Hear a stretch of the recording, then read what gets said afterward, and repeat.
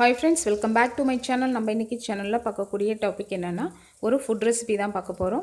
அதுவும் ரொம்பவே ஹெல்தியான ஒரு பாரம்பரிய முறையில் செய்யக்கூடிய ஒரு ரெசிபி தான். நேம் பார்த்தீங்கன்னா புளிச்சக்கீரை துவையல் எப்படி பண்ணுறதுன்னு பார்க்க போகிறோம். இப்போ நீங்கள் பார்க்குறது தான் இதோட அவுட்புட். எப்படி பண்ணலாம்னு சொல்லிட்டு பார்க்கலாம். ஃபஸ்ட்டு இதுக்கு தேவையானது ஒரு மண் சட்டி எடுத்துக்கோங்க. மெயினாக அதில் செஞ்சிங்கன்னா தான் உங்களுக்கு இதனுடைய சத்துக்கள் ஃபுல்லாக கிடைக்கும், ரொம்ப டேஸ்டியாகவும் இருக்கும். அடுத்தது புளிச்சக்கீரை ஒரு கட்டு எடுத்துக்கோங்க. நான் அந்த புளிச்சக்கீரையை அந்த இலையெல்லாம் கட் பண்ணிவிட்டு வாஷ் பண்ணி எடுத்துட்டேன் ஒரு கட்டு. அடுத்தது இதுக்கு கூட வந்துட்டு 2 பெரிய வெங்காயம் இல்லை சின்ன வெங்காயம் கூட ஆட் பண்ணிக்கலாம். ஒரு 5 பச்சை மிளகாய், ஏன்னா புளிச்சக்கீரை கொஞ்சம் புளிப்புத்தன்மையாக இருக்கும். ஸோ பச்சை மிளகாய் நீங்கள் கொஞ்சம் தேவையான அளவுக்கு ஆட் பண்ணிக்கோங்க. அடுத்தது பூண்டு ஒரு கைப்பிடி ஆட் பண்ணிக்கோங்க.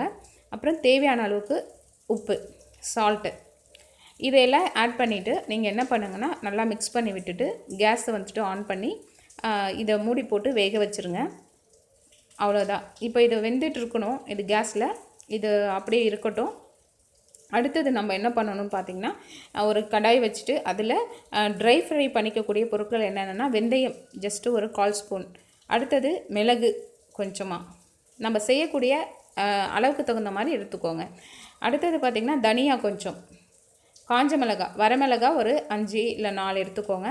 இதை வந்துட்டு நல்லா வந்துட்டு ஆயில் இல்லாமல் வெறும் ட்ரை ஃப்ரை பண்ணி ஆற வச்சு மிக்சியில் பவுடர் பண்ணி பொடிச்சு வச்சுக்கோங்க. இல்லை உங்களுக்கு அந்த இடி உரல் இருந்துச்சுன்னா அது மூலமாக நீங்கள் இடித்து எடுத்துக்கோங்க. அதுவும் ரொம்ப நல்லாயிருக்கும் அதோட டேஸ்ட்டு. இப்போ இதை பார்த்திங்கன்னா நல்லா ஃப்ரை ஆகிட்டுருக்கு. ஃப்ரை ஆகிட்டு இதை வந்து ஒரு மிக்ஸி ஜாருக்கு ட்ரான்ஸ்ஃபர் பண்ணிவிட்டு அரைச்சி வச்சுக்கோங்க. இந்த புளிச்சக்கீரை பார்த்திங்கன்னா உண்மையாலுமே உடம்புக்கு நிறைய சத்துக்கள் கொடுக்கக்கூடியது. இப்போ நம்ம வேக வச்சுருக்கோம் இல்லைங்களா, அந்த புளிச்சக்கீரையை ஓப்பன் பண்ணி பார்க்கலாம். உங்களுக்கு பார்த்திங்கன்னா தெரியும் நல்லா வெந்திருக்கு. இப்போ இதை வந்து நல்லா வந்து மிக்ஸ் பண்ணிவிட்டு இதை ஒரு மத்து வச்சு நல்லா கடைஞ்சிக்கோங்க. இதை கடைஞ்சிட்டிங்கன்னா உங்களுக்கு நல்லா திப்பி திப்பியாக இல்லாமல் ஒரு துவையல் ஃபார்மேஷனுக்கு உங்களுக்கு கிடைக்கும். நல்லா இதை வந்து சாதத்தில் போட்டு சாப்பிட்றதுக்கு உங்களுக்கு ரொம்பவே வந்துட்டு ருசியாக இருக்கும், அவ்வளோ ஒரு டேஸ்ட்டாக இருக்கும். இப்போ இதை கடைஞ்சி வச்சாச்சு. அடுத்தது திரும்ப அகைன் ஒரு கடாய் வச்சுட்டு அதில் கொஞ்சம் ஆயில் ஊற்றிக்கோங்க. நல்லெண்ணெய் ஊற்றினீங்கன்னா ரொம்ப நல்லாயிருக்கும். அதுவும் செக்கு எண்ணெய் ஊற்றிட்டு கடுகு, உளுத்தம்பருப்பு அதை வந்துட்டு நல்லா ஃப்ரை பண்ணிக்கோங்க. பண்ணிவிட்டு காஞ்ச மிளகாய் தேவையான அளவுக்கு போட்டு அதையும் நீங்கள் ஃப்ரை பண்ணிக்கோங்க. தாளிப்பு இதை பண்ணி முடிச்சுட்டு என்ன பண்ணுங்கன்னா, இதை வந்துட்டு அந்த கீரையில் கடைஞ்சி வச்சுருக்கோம் இல்லைங்களா சட்டியில், அதுக்கு ட்ரான்ஸ்ஃபர் பண்ணிக்கோங்க. ட்ரான்ஸ்ஃபர் பண்ணிவிட்டு அகைன் என்ன பண்ணணுன்னா, நீங்கள் அந்த ஆல்ரெடி மிக்சியில் நம்ம பொடிச்சு வச்சுருக்க பவுடர் இருக்குது இல்லைங்களா, அதையும் சேர்த்து அந்த கீரையில் நீங்கள் சேர்த்துடணும். சேர்த்துட்டு நல்லா 1 by 1 எல்லாத்தையும் நல்லா மிக்ஸ் பண்ணிவிடுங்க. மிக்ஸ் பண்ணிட்டிங்கன்னா உங்களுக்கு சுவையான புளிச்சக்கீரை கிடைக்கும். இதெல்லாம் பண்ணி முடிச்சுட்டு என்ன பண்ணுங்கள், ஜஸ்ட்டு மீடியம் ஃப்ளேமில் கொஞ்சம் வச்சுட்டு ஒரு 2 or 3 minutes வந்துட்டு அதை வதக்குங்க நல்லா.